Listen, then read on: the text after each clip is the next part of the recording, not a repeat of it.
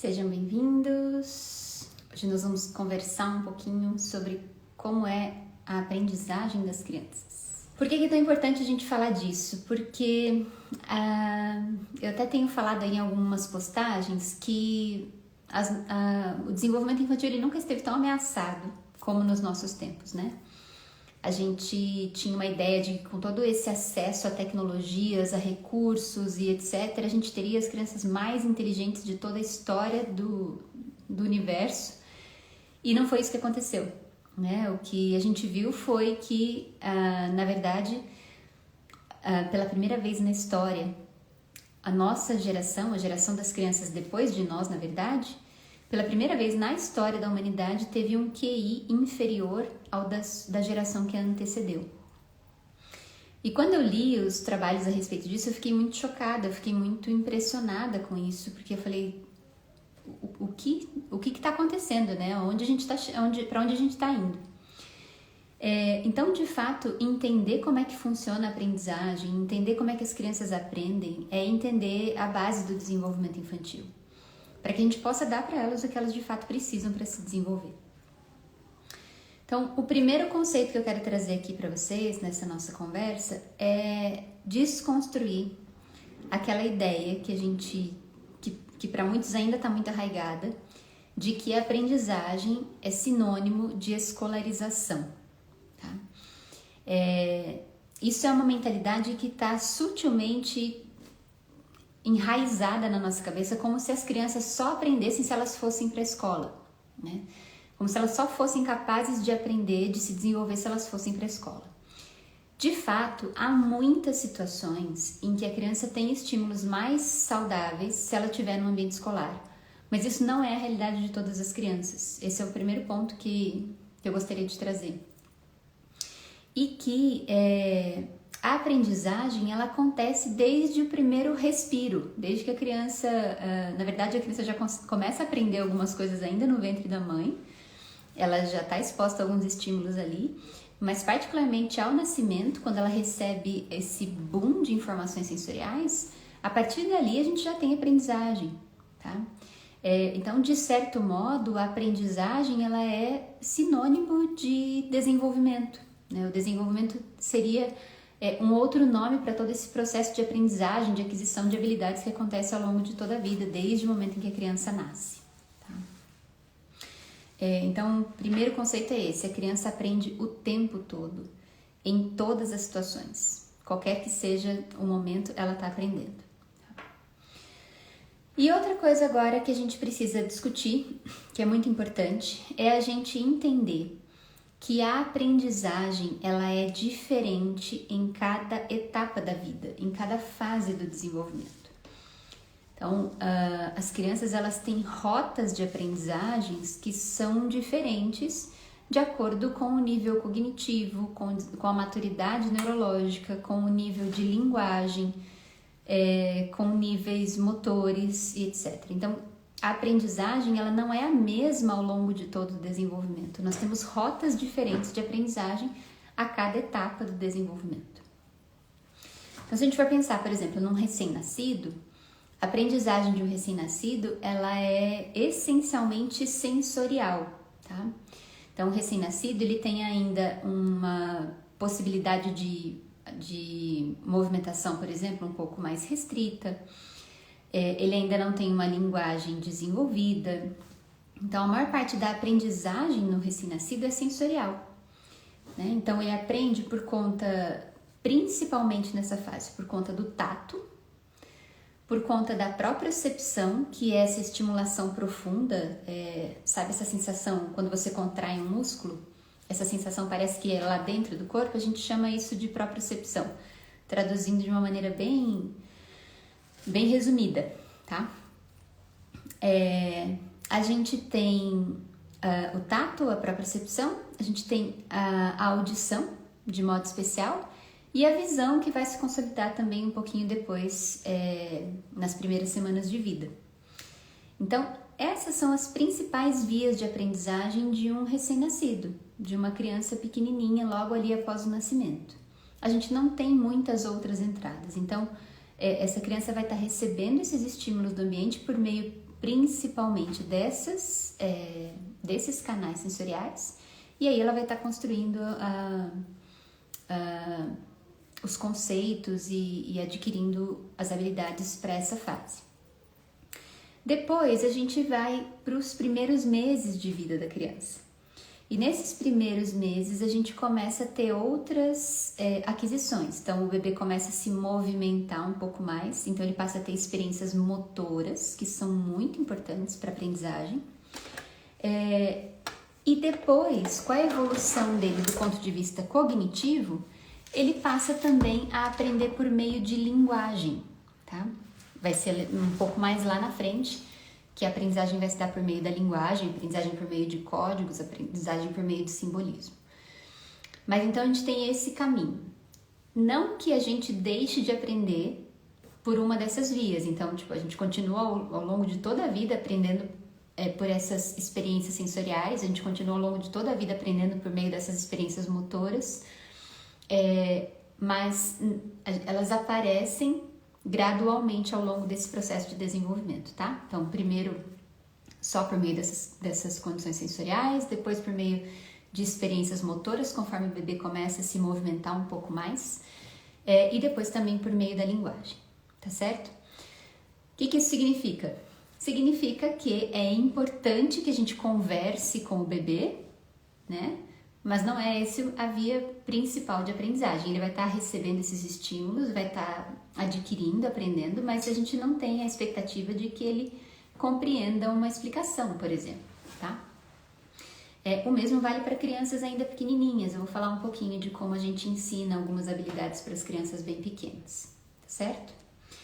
E ao longo de toda a nossa vida, a gente tem uma via de aprendizagem que a gente chama de via de aprendizagem comportamental, tá? Até traduzindo um pouquinho, é como se a gente exemplificasse assim. A aprendizagem cognitiva, essa aprendizagem que acontece por meio da linguagem, por exemplo, seria uma aprendizagem cortical, das estruturas mais conscientes do nosso cérebro, vamos dizer assim. A aprendizagem comportamental, ela é uma aprendizagem que envolve núcleos da base do cérebro, envolvem aprendizagem, como que eu vou explicar num termo mais acessível? Como se fosse uma aprendizagem mais autônoma, né? Então, o tempo todo a gente tem aprendizagem por meio dessa via comportamental, e isso acontece ao longo de toda a nossa vida, não só quando a gente é pequenininho, mas essa aprendizagem comportamental, ela é a via por excelência da aprendizagem nos pequenos, porque ela antecede essa aprendizagem cognitiva. Eu vou explicar isso melhor daqui a pouquinho, tá? Vamos retomar então como é que acontece essa aprendizagem por meio desses estímulos sensoriais.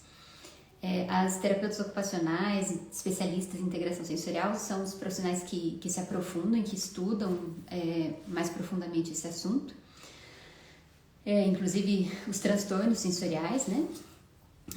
Mas a gente vai entender aqui como é que funciona isso. Então, a gente tem, eu falava ali, né, dessa aprendizagem sensorial logo ao nascimento, a gente tem várias vias de entrada sensorial, tá? A gente acostumou a falar de 5 sentidos, né? Tato, audição, olfato, visão e paladar. Mas além desses 5 sentidos, na verdade a gente tem outras 3 vias de entrada sensorial, que são consideradas sistemas sensoriais também, que é a propriocepção, que é essa experiência que eu falei para vocês do tato profundo, né? Essa sensação que a gente tem dos músculos, né? Essa sensação profunda, né? O tato profundo, essa percepção que a gente tem do corpo, é um sentido também. A gente tem um outro sentido que é a interocepção, que é essa percepção que a gente tem dos órgãos, das vísceras, né? E a gente tem, por último, o sistema vestibular, que é essa percepção que a gente tem a partir dessas estruturas que envolvem o labirinto, que fica no ouvido, a visão e a propriocepção combinadas, a gente tem o sistema de equilíbrio, né? Que mantém a gente numa posição adequada no corpo, no ambiente, do corpo no ambiente, tá? Então a gente tem essas oito vias de entrada. E a aprendizagem, ela acontece ao longo de toda a vida, mas de modo particular nos primeiros meses, ali nas primeiras semanas, a partir da recepção desses estímulos sensoriais, do ambiente e do próprio corpo, no processamento dessas informações, na integração dessas informações no sistema nervoso central, e a partir daí a gente consegue fazer uso dessas informações para a gente planejar e organizar o nosso comportamento. Eu vou dar alguns exemplos para vocês entenderem daqui a pouco, tá? A gente tem, por exemplo, as crianças quando elas têm algum transtorno do desenvolvimento, que tem transtornos sensoriais, por exemplo, elas podem ter hipersensibilidades, hiperreatividades e podem ter hiporreatividades, e essa bagunça nesses sistemas atrapalhar bastante o ritmo, as rotas de aprendizagem dessas crianças e afetar muito a aprendizagem dessas crianças, tá? Então, um primeiro impacto disso seria déficits de aprendizagem, distúrbios específicos dessa percepção, que aí as TOs vão atuar intervindo nisso. A gente tem alterações de coordenação motora, de linguagem, e é muito comum que essas crianças tenham maiores dificuldades no comportamento e que isso muitas vezes seja confundido com as birras, com as crises de comportamento, tá? Então, primeira pincelada sobre aprofundando esse processo de aprendizagem são esses sistemas sensoriais, tá certo? Depois eu falei, né, que a gente sai lá do bebezinho muito pequenininho que aprende essencialmente por essas experiências sensoriais, integrando aí esses 8 sistemas sensoriais. Depois a gente avança um pouquinho para as crianças ali, quando elas passam já 2, 3 meses de vida, quando elas vão adquirindo maior mobilidade, e aí, consequentemente, elas vão tendo maiores aprendizagens motoras também, tá? Já fica aqui uma advertência. Essa aprendizagem motora é base do desenvolvimento, é uma base muito importante do desenvolvimento. Por isso, ela é importantíssimo que a criança tenha essas experiências de exposição motora. Por isso que é muito importante, a gente bate muito nessa tecla do bebezinho ainda pequenininho ficar no chão, dele ser colocado de bruços no chão para ele ir adquirindo controle motor e tendo essas possibilidades de desenvolvimento motor e, consequentemente, adquirir essas habilidades que, integrando aquelas experiências sensoriais que a gente falou, que começam lá no bebê ainda muito pequenininho, vão constituir essa base da aprendizagem. Então, o bebê passa por aquelas experiências mais essencialmente sensoriais, vai ganhando mobilidade, ganha habilidades motoras, consegue se movimentar mais, tem maior mobilidade, consequentemente ele vai integrando essas informações e construindo a aprendizagem. Essa estimulação motora, essa possibilidade de desenvolvimento motor, ainda nos primeiros meses, ela também é muito fundamental, porque ela estimula áreas do cérebro que vão ser responsáveis por aquisições futuras, lá na frente, tá certo? Relacionadas ao controle de muitas outras habilidades, né? Então, toda a base da nossa inteligência, né, que tem lá nas habilidades de funções executivas, que depois, quem tiver no curso com a gente vai ter uma aula específica sobre isso. Então, a base dessa inteligência, ela também tem esse embasamento motor, que tem esse começo ainda aqui nos primeiros meses, por isso que a gente insiste tanto em não deixar as crianças, os bebês pequenos, nas cadeirinhas, nos carrinhos, de preferência não deixar nas cadeirinhas que balançam, porque a gente vai estar tendo uma sobrecarga aqui do sistema vestibular, uma hiperestimulação aqui em detrimento de outras aquisições, tá certo? Então é muito importante que a gente proporcione aquisições motoras para a criança desde pequenininha. Isso vale para as crianças maiores, elas precisam de estímulo motor muito, para que se desenvolvam da maneira mais adequada e, consequentemente, sejam aí os melhores adultos que eles possam vir a ser, né? Possam se tornar adultos de fato inteligentes, autônomos, capazes, que é o objetivo de todos nós, tá certo? essas funções executivas que eu tô falando, elas vão se desenvolver muito depois. Inclusive, a gente sabe que esse desenvolvimento acontece lá até os 30 anos, tá certo? Mas a gente vai ter aí esses ganhos que vão ser a base para essas coisas aparecerem depois, tá? Quero dar um exemplo para vocês de como essas informações todas se integram para uma aprendizagem. Então, por exemplo, como é que a criança vai fazer para ela conseguir atirar uma bola num alvo, por exemplo, tá certo? O que ela precisa em termos de habilidades sensoriais, de habilidades motoras, cognitivas, para ela conseguir atirar uma bola num alvo? Então, primeiro de tudo, ela precisa ter tido uma experiência visual prévia, né? Então, ela precisa conseguir olhar pro ponto onde ela quer atingir, e ela precisa calcular a distância, ela precisa calcular o ângulo em que ela vai jogar, tá certo? Então, boa parte dessa experiência é visual. Parte dessa experiência também é do sistema vestibular, do equilíbrio que eu falei para vocês, porque para ela conseguir planejar onde ela vai jogar e o que ela tem que fazer para atingir aquilo, ela precisa saber exatamente qual é a posição dela no espaço. Que posição que o corpo dela tá, que posição que a cabeça dela tá, que posição que o ombro dela tá. Porque se ela jogar a bola deitada, ela tem que fazer um cálculo. Se ela jogar a bola estando em pé, ela tem que fazer outro cálculo. Tá? Então aí já integrou dois sistemas, o sistema visual e o vestibular. Ela tem que ter tido antes uma experiência tátil e proprioceptiva, ela precisa saber o peso da bola. Ela precisa saber a textura da bola para ela calcular quanto de força ela tem que fazer para segurar a bola e depois para jogar a bola. Tá? E ela precisa ter tido uma experiência motora, né, de jogar antes para que ela consiga acertar. Dificilmente ela vai acertar de primeira, se ela nunca jogou uma bola no alvo.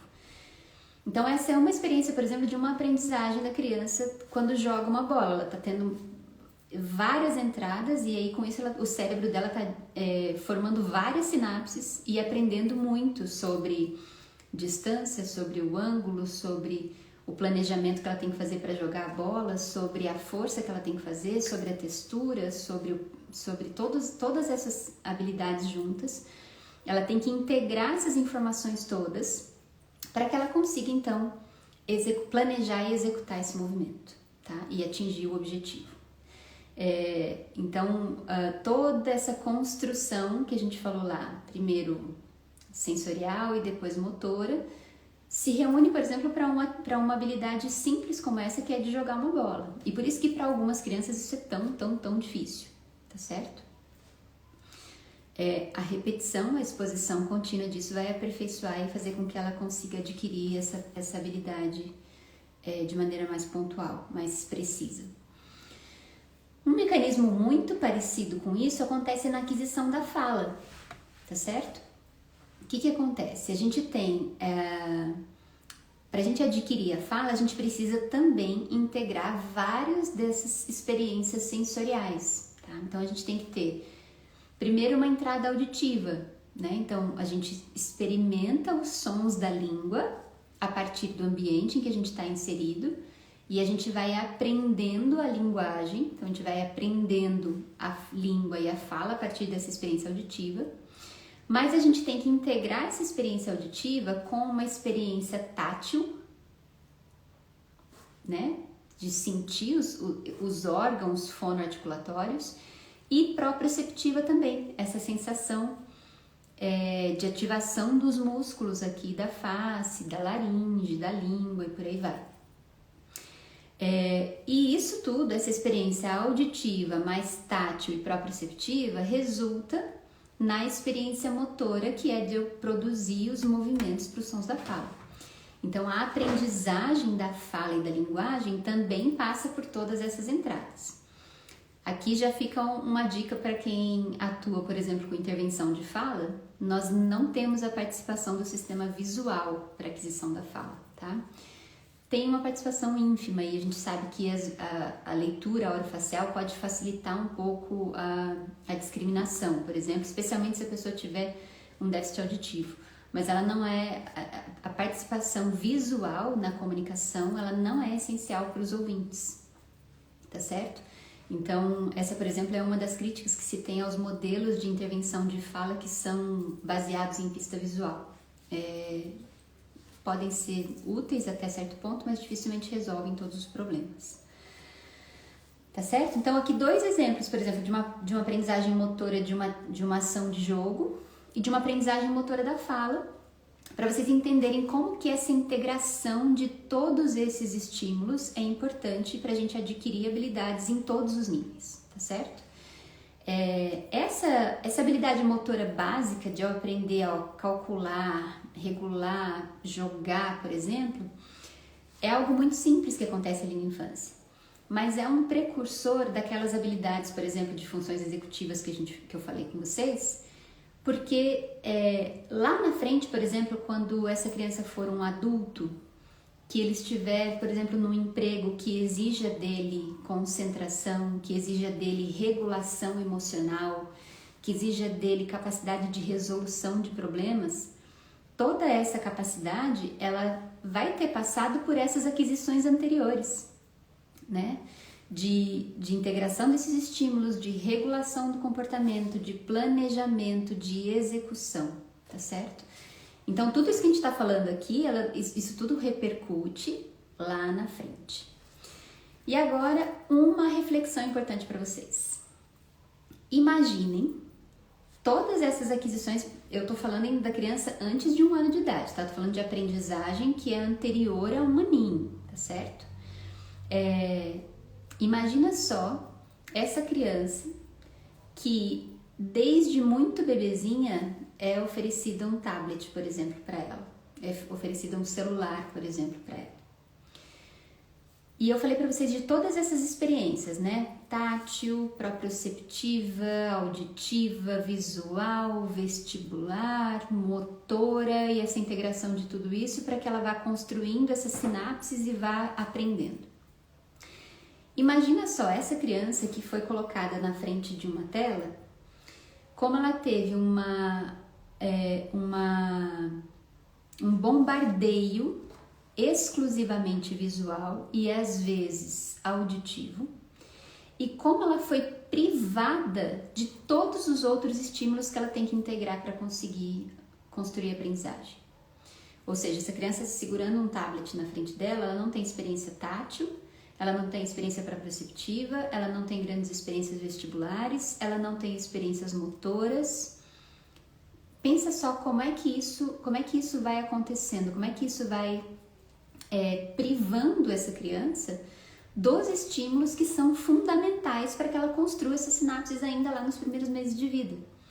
E como eu disse para vocês, essas aprendizagens elas vão repercutir na idade adulta. Então, essa criança que não aprendeu, por exemplo, o controle inibitório, né, que a gente vai falar disso depois, mas que ela não aprendeu a frear o comportamento, que ela não aprendeu a parar para raciocinar, que ela não aprendeu a fazer esse cálculo, por exemplo, da distância, da força, do peso, vai ser um adulto que vai ter muita dificuldade na regulação do próprio comportamento, que vai ter muita dificuldade na resolução de problemas, que vai ter muita dificuldade para estabelecer estratégias, para fazer planejamentos, para executar ações, para atingir objetivos. Entende? E isso a gente está falando ainda dessa aprendizagem básica, sensório-motora, que é aqui dos primeiros meses de vida, tá bem? Então imaginem o estrago que isso significa, e essa é a explicação mais consistente para a razão da gente ter hoje uma geração de crianças, de adolescentes que tem QI inferior ao dos seus pais. Isso nunca aconteceu na história, tá bem? Então a gente tem gerações que vêm sendo privadas dos estímulos adequados e as consequências disso são terríveis. A gente ainda vai sentir na pele, o mundo, a sociedade vai sentir na pele o que serão essas consequências na vida desses adultos depois, né? Quando eles estiverem aí ocupando cargos, dirigindo empresas, formando famílias e por aí vai. Tá? Então isso tudo é muito sério. E é muito importante a gente pensar nessa importância dessa integração desses estímulos todos, sensoriais e motores, especialmente nesses primeiros meses de vida. Tá? Ainda uma questão importante. Então a gente está falando aí, a gente falou do bebezinho nesses primeiros meses, a gente vai falar agora do bebê ainda, mas um bebê que já consegue explorar, um bebê que já consegue pegar, um bebê que já consegue manipular, um bebê que já consegue se arrastar, que daqui a pouco vai conseguir levantar, que vai conseguir se apoiar nos móveis, por exemplo. Essa aprendizagem agora, ela passa a ser uma aprendizagem por meio da experiência, tá? Durante toda essa primeira infância, principalmente ali de 0 a 3 anos de modo especial, a aprendizagem ela acontece muito por experiência, né? Tem algumas linhas, algumas teorias mais recentes que fala que as crianças são empiristas natos, são linhas até que substituem o pensamento antigo piagetiano, né, vigotskiano, que não anula esses conhecimentos, mas responde melhor ao que a gente já sabe. Então, algumas teorias dizem que as crianças, eles na verdade são empiristas, eles estabelecem teorias sobre o ambiente, eles testam essas teorias, desenvolvem uma nova teoria, testam essas novas teorias, então é como se o cérebro estivesse o tempo todo estabelecendo hipóteses e testando hipóteses nessa fase do desenvolvimento. Tá? Então essa aprendizagem, especialmente na primeira infância, ela acontece muito por essas testagens, pela experiência. Então a criança ela precisa pegar, ela precisa tocar, ela precisa derrubar, ela precisa ver o movimento, ela precisa sentir o peso, ela precisa sentir o cheiro, tá? Então ela precisa aprofundar essas experiências sensoriais para que ela estabeleça essas novas hipóteses, teste essas novas hipóteses e consequentemente estabeleça novos conceitos, tá bem? Então na primeira infância, de modo especial, a aprendizagem ela é muito por experiência. Mais uma vez, imagina só essa criança na primeira infância, na frente de um tablet, sendo privada de todas essas experiências. Trágico, né? Muito trágico. A gente vai ter uma aprendizagem por meio de símbolos, e aí a gente está falando da aprendizagem por meio da linguagem, porque linguagem é símbolo, tá? A língua é a substituição de um conceito, ou a expressão de um conceito, na verdade, por meio de um símbolo linguístico, no caso, né? A gente está falando. Então, a aprendizagem por meio de símbolos, ela vai se dar depois, mais tarde. Ela não acontece logo nos primeiros meses. Por que isso é tão importante? Porque não adianta a gente querer explicar muitas coisas para as crianças muito pequenas, tá certo? Essa aprendizagem ela depende desse desenvolvimento simbólico, dessa capacidade de interpretação das crianças. Então, com crianças pequenas, a gente ensina muito mais por meio de ação.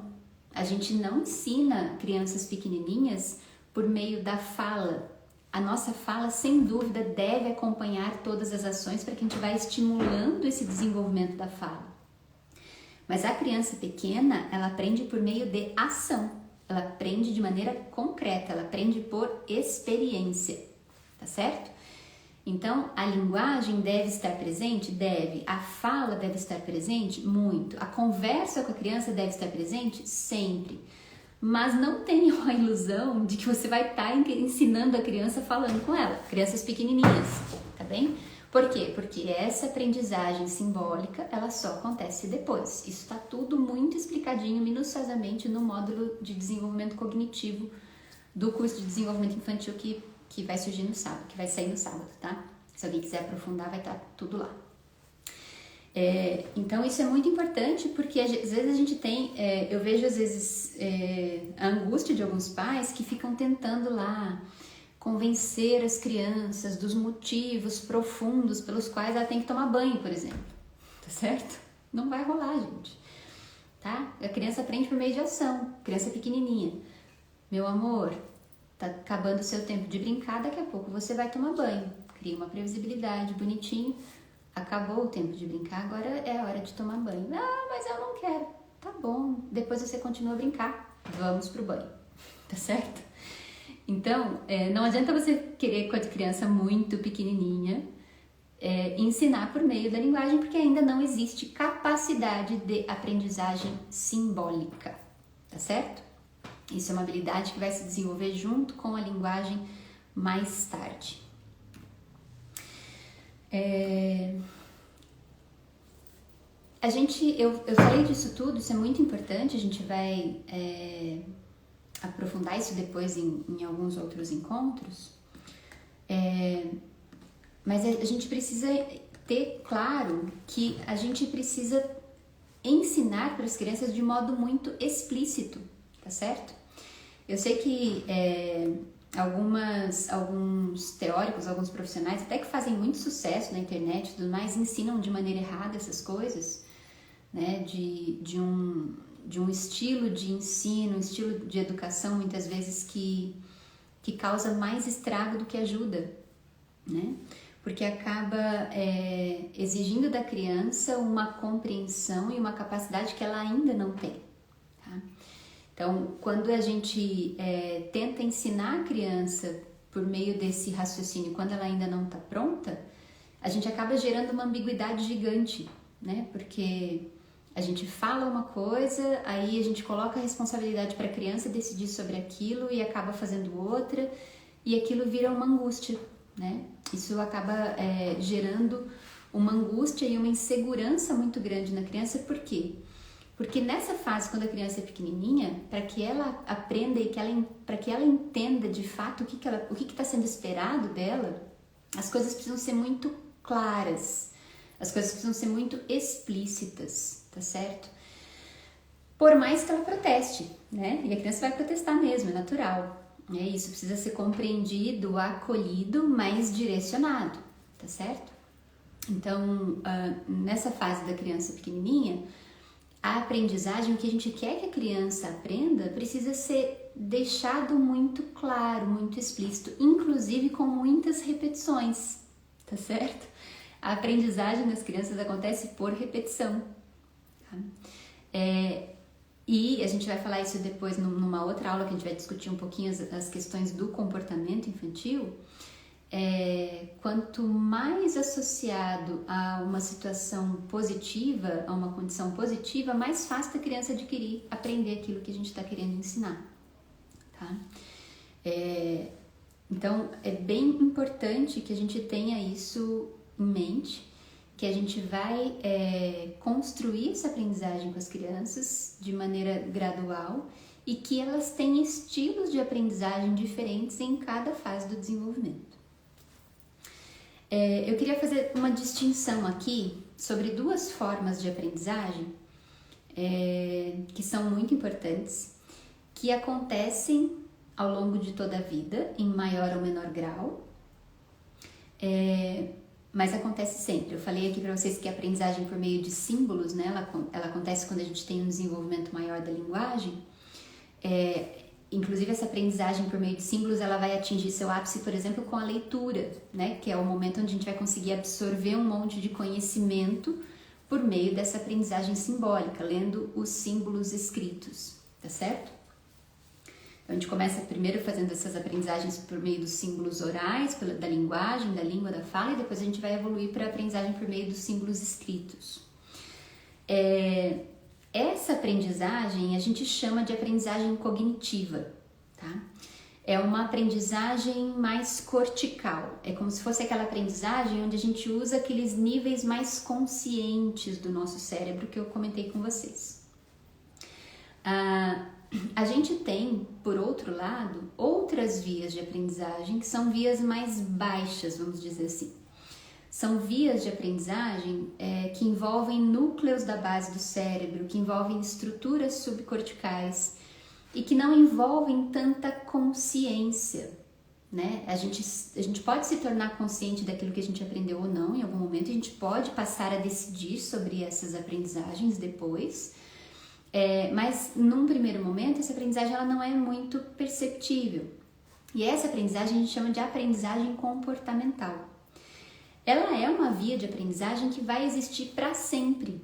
Nós sempre estamos aprendendo por via comportamental, tá? Todo mundo, não há exceções. Que é essa aprendizagem por meio de estímulo e reforço, que é essa aprendizagem mais primitiva. Eu sempre dou o seguinte exemplo. Se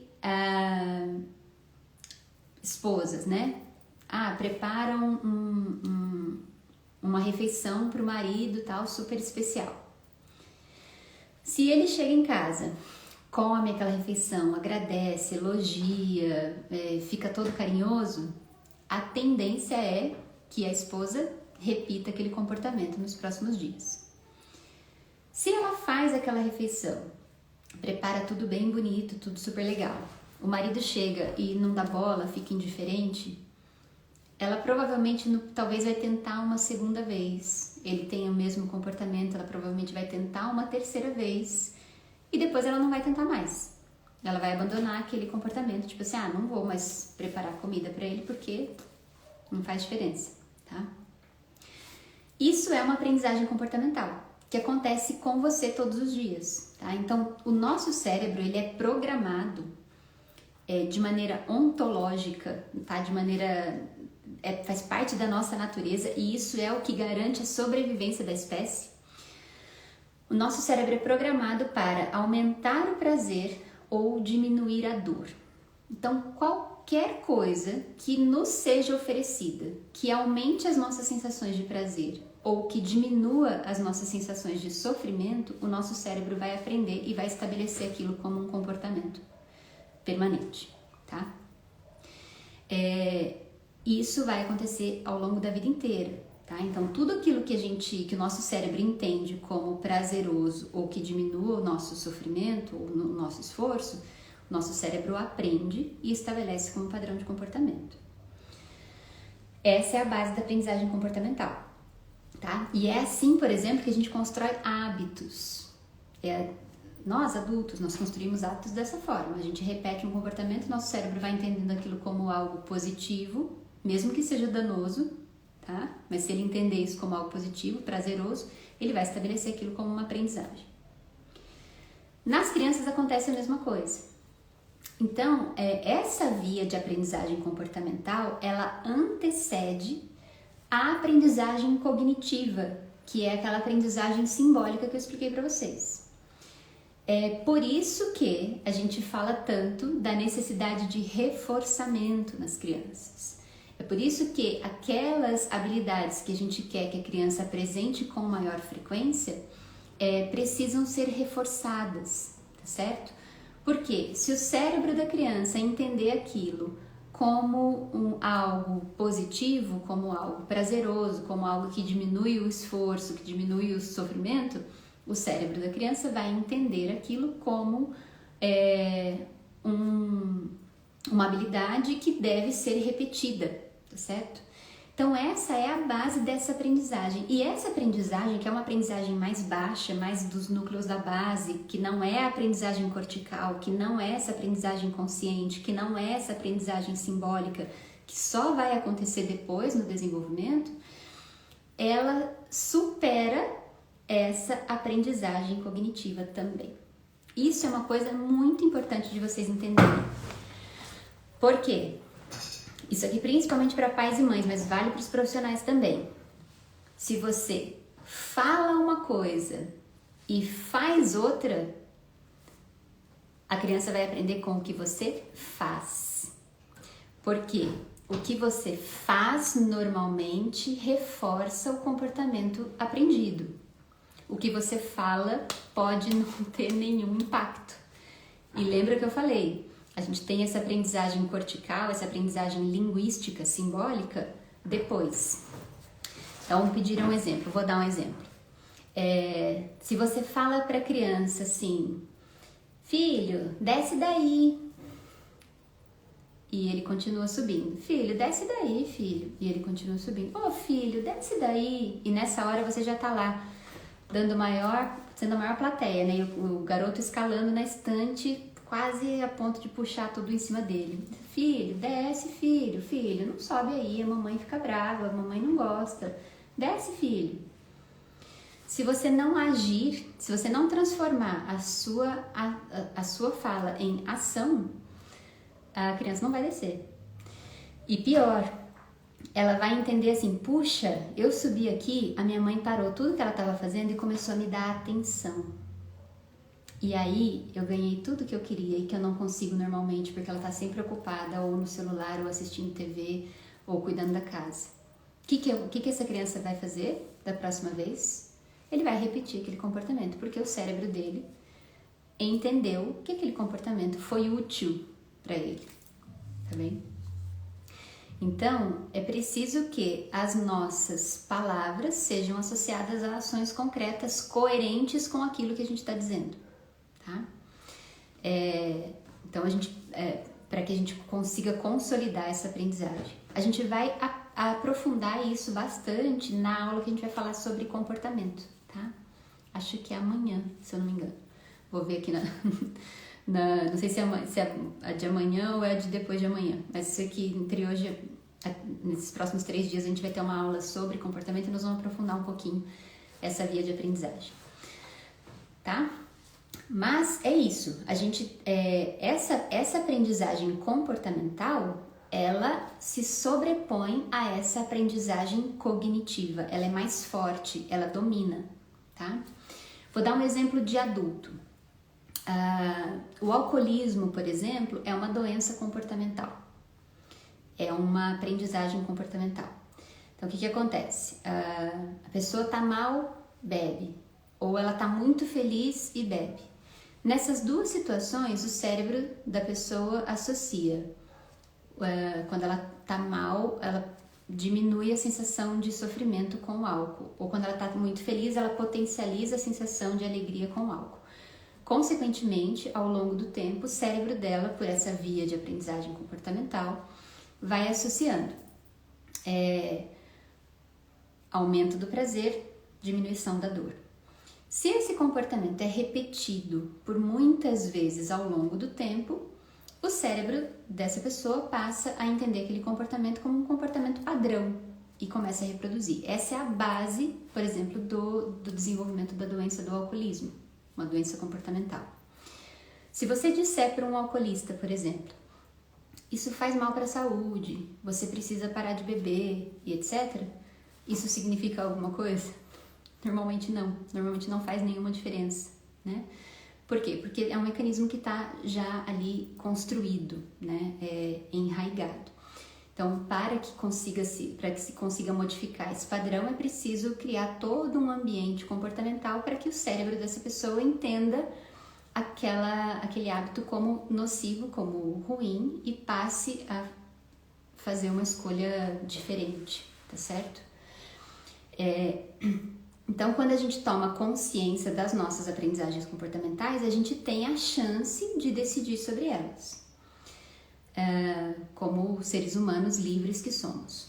Mas sem compreender isso, a gente está submetido a essa forma de aprendizagem comportamental. Nas crianças pequenininhas, ela é a via de aprendizagem por excelência. É a forma como a criança aprende na maior parte do tempo, é por essa via comportamental, tá bem? A aprendizagem cognitiva vem em paralelo, vai se desenvolvendo em paralelo a partir disso, e ela, conforme a gente desenvolve o simbolismo e a linguagem, como eu já expliquei, ela vai se sobrepondo e a gente passa a conseguir aprender muito mais por via cognitiva, por via da linguagem, seja auditivamente, seja, por exemplo, por meio da leitura e escrita, ok? Então é isso, acho que esse é um resuminho bem sutil, tá? Sobre essa via de aprendizagem. Eu quero só chamar a atenção para mais 2 coisas importantes desses mecanismos de aprendizagem, né? Lembra que, repassando então, a gente falou lá do bebezinho ao nascimento que aprende por meio das experiências sensoriais, os 8 sistemas sensoriais, depois a aprendizagem motora, a aprendizagem comportamental, por fim a aprendizagem cognitiva e a aprendizagem simbólica, essa aprendizagem linguística que a gente acabou de comentar. Uma coisa muito importante, que é fundamental para a aprendizagem, é a necessidade do ócio. As crianças têm que ter oportunidades de ficarem à toa, para que elas também possam exercitar essa capacidade de exploração, essa capacidade de testar hipóteses sobre o ambiente, como eu expliquei naquele mecanismo de aprendizagem, para que ela consiga e construindo essas habilidades a partir dessa experiência livre de exploração, tá? No nosso curso tem um módulo em que a gente explica o desenvolvimento do brincar, todas as etapas do brincar e como ele acontece, e aí eu explico isso um pouquinho mais de profundidade do quanto é importante essa experiência de ócio, que gera a experiência da brincadeira para que a criança também adquira uma série de habilidades que são fundamentais para o desenvolvimento, tá? Então é importante a criança também ter essas oportunidades de ócio. E uma segunda oportunidade muito importante de aprendizagem, que é o oposto do ócio, é justamente a gente ocupar as crianças nas atividades do dia a dia, nas atividades da casa, tá? E promover o desenvolvimento da autonomia da criança. Também tem um módulo inteirinho sobre esse assunto no curso, onde eu explico em cada idade quais são as capacidades motoras e cognitivas que a criança tem e quais habilidades ela dá conta de fazer no dia a dia em casa, tá? Tá bem detalhado isso também lá no curso. Mas, em resumo, envolver a criança nas atividades do dia a dia é muito importante porque são oportunidades fantásticas de desenvolvimento cognitivo, de aprendizagem de linguagem, de aprendizagens motoras, de aprendizagens sensoriais.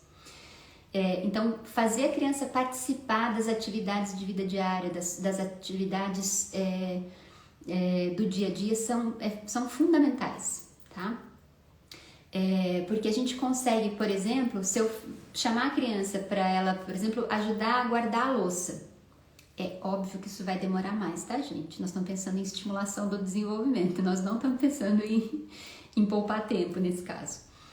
Mas a gente pode, por exemplo, pedir para ela separar os talheres. A gente vai estar estimulando essa habilidade da criança de parear objetos iguais, que é uma habilidade super básica, mas que é importante para o desenvolvimento cognitivo, certo?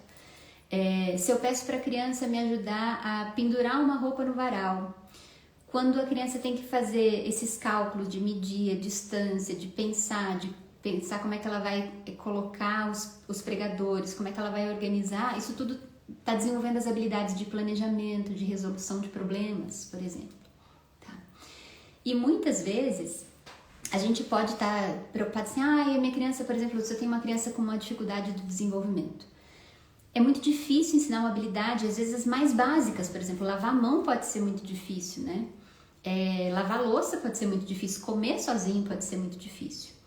Existe uma estratégia que a gente usa muito em terapia, que vocês podem usar isso sempre, que é você destrinchar essa tarefa em tarefas menores, certo?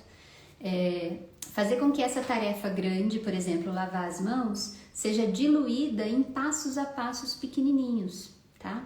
Então, em vez da criança lavar toda a mão sozinha, você pode ensinar ela só a esticar a mãozinha para pôr embaixo da água. Quando isso estiver adquirido, você consegue ensinar a criança, por exemplo, a pegar o sabão.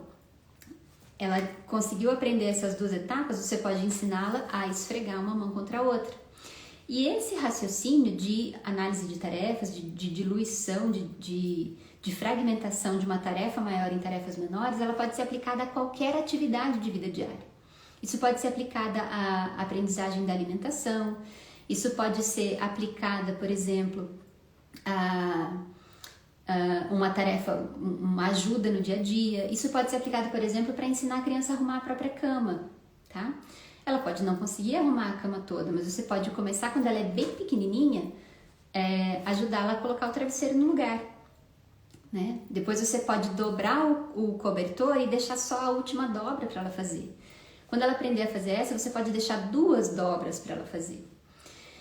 Isso vale, por exemplo, para aprender a se enxugar na hora do banho, tá? Então você pode enxugar ela toda e deixar só o braço para ela enxugar, ou só a barriga. E quando ela aprender essa etapa, você ensina mais uma etapa, tá? Então, tudo isso, esse raciocínio vale para tudo. E essas oportunidades de aprendizagem em casa, de autonomia, são fundamentais para o desenvolvimento global, tá bem? Isso se torna ainda mais fundamentais se vocês pegarem todo esse raciocínio que a gente construiu de exposição sensorial, auditiva, visual, tátil, proprioceptiva, motora, cognitiva e por aí vai. E pensarem que se a criança fica ocupada com uma tela, ela vai estar sendo privada de todas essas outras oportunidades de aprendizagem. É por isso, sim, que a gente tem crianças mais burras, né? Que a gente tem crianças com QI inferiorizado atualmente, tá? Então, se você retirar a criança das telas, ela vai ficar o quê? À toa. Se ela ficar à toa, ela vai dar trabalho. O que você faz, então? Você dá trabalho para a criança fazer, tá certo? Pequenas participações no dia a dia ocupam a criança se sente valorizada, se sente capaz, fica empolgada por ter conseguido e aprende muitas coisas, muitas coisas, tá? Que vão valer não só para essas aprendizagens menores, que a gente falou cognitivas e motoras agora aqui, né? Mas para a vida adulta, para a autonomia dela também na vida adulta. Fechando então nossa live, terminando aqui essa aula sobre como aprendem as crianças, eu queria deixar esse resumo do quanto é importante a gente aprofundar esse conhecimento sobre essas vias de aprendizagem, porque as nossas crianças então estão em risco, as nossas crianças estão correndo um grande perigo. São as crianças que já vieram dessa exposição demasiada às telas dos últimos 10 anos de modo especial. E são crianças que foram expostas a uma pandemia. São crianças que foram privadas de muitos estímulos saudáveis, que ficaram presas em casa por 2 anos, que não tiveram todas as oportunidades de aprendizagem que uma criança normalmente teria. Então a gente precisa conhecer, entender e aprofundar essas coisas para que a gente possa mudar o rumo do desenvolvimento das crianças daqui para frente, né? A gente tem indícios aí na literatura científica assustadores sobre os perfis de desenvolvimento das crianças. Eu cheguei a mencionar aqui em alguns stories que o CDC americano, que é um órgão de vigilância epidemiológica, recentemente reduziu a expectativa, jogou lá para baixo a expectativa de aquisição de uma série de habilidades, porque eles perceberam que as crianças estão naturalmente atrasadas e que então, tipo assim, a média de aquisição das habilidades, ela já não é mais aquela de antigamente, ela está muito aquém já. Eu não acho que a gente tenha que se contentar com isso. Eu não acho que a gente tenha que falar assim, tudo bem, então agora as expectativas de aquisição das habilidades são essas mesmas e tudo bem, porque as crianças estão naturalmente atrasadas e a população está ficando naturalmente atrasada, então tudo bem, vamos jogar isso tudo lá para baixo, né? Eu acho que a gente pode se rebelar contra essa situação. A gente pode dar os estímulos adequados que as crianças precisam receber e fazer com que as nossas crianças, a dessa geração que está chegando agora, que elas tenham a chance de superar muito essa geração anterior que tem esse QI rebaixado em relação à geração que a precedeu. Eu acho que a gente tem essas ferramentas na mão. A gente pode mudar isso, né? Enquanto pais, enquanto profissionais, enquanto educadores, enquanto professores, enquanto médicos, né? Enquanto profissionais da saúde, da educação, enfim, a gente pode estimular de maneira adequada as crianças e a gente pode mudar essa realidade. Eu sei que tudo que eu falei aqui ajuda muito as famílias, por exemplo, de crianças que têm alterações do desenvolvimento, porque tudo isso que eu comentei vale elevado ao cubo para crianças com transtornos que afetam a aprendizagem. Mas as crianças típicas, as crianças neurotípicas que teoricamente não têm transtornos do desenvolvimento, elas têm sofrido muito e elas têm sido muito ameaçadas na sua integridade cognitiva e de linguagem e do desenvolvimento em geral, tá? Então tá na nossa mão a iniciativa de criar esse curso, de dedicar tanto tempo, tantas horas, tanta pesquisa, tanto suor e lágrimas para conseguir construir esse curso. Era essa também, era conseguir mudar o rumo das nossas crianças hoje, tá certo? Então fica aqui o convite para vocês acompanharem as próximas 2 lives, que vão ser bem interessantes, vão ser 2 aulas também, que eu vou dar de 1 hora sozinha. E a gente vai aprofundar alguns temas aí relacionados ao desenvolvimento, temas que estão abordados de maneira mais minuciosa e mais profunda no curso que a gente vai lançar no sábado, tá bom? Um beijo para vocês, muito obrigada por quem acompanhou. E se vocês gostaram, essa live vai ficar por algum tempo disponível. Divulguem, compartilhem, enviem para pessoas que vocês acham que precisam. Eu sei que esse conhecimento pode ajudar muito algumas crianças, pode salvar algumas vidinhas por aí, tá bom? Um beijo para vocês e até amanhã.